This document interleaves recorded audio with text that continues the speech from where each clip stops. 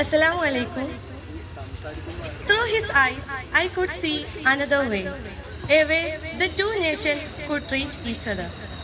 This option, now so scorned and held in such contempt, suddenly sprang to life, embodied in the man I was watching. A warm good evening to one and all.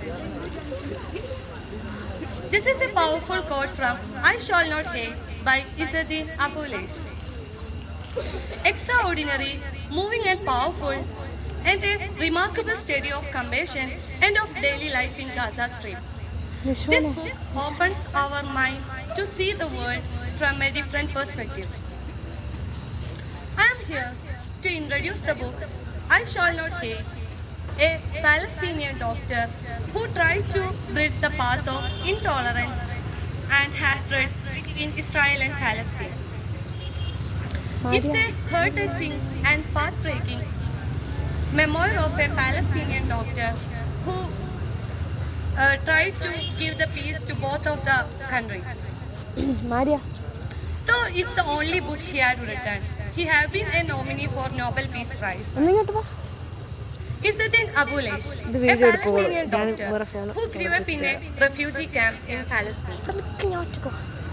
And also he spent his childhood under unstable shelter and constant struggle.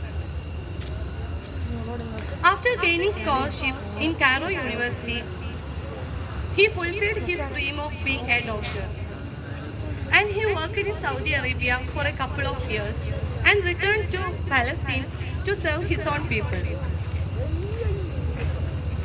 He was the first Palestinian who received the staff position in a Israel hospital where he treated both Palestinian and Israelis.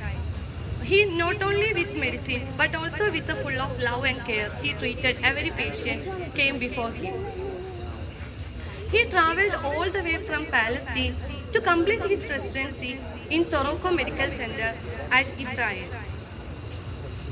It is not only an autobiographical narrative of Izzeddin Abuleish, but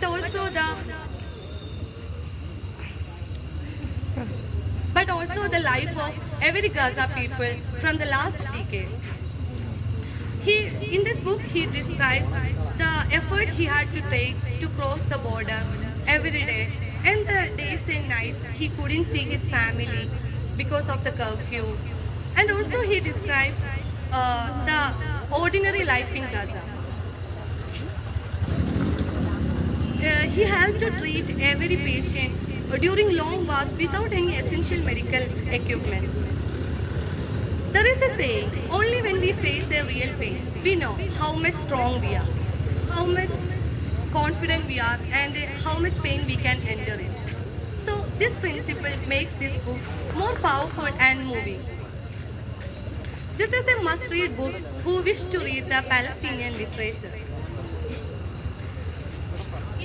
Those who are interested in reading this book, it's available in Amazon. Free Palestine. I am concluding my words. Thank you.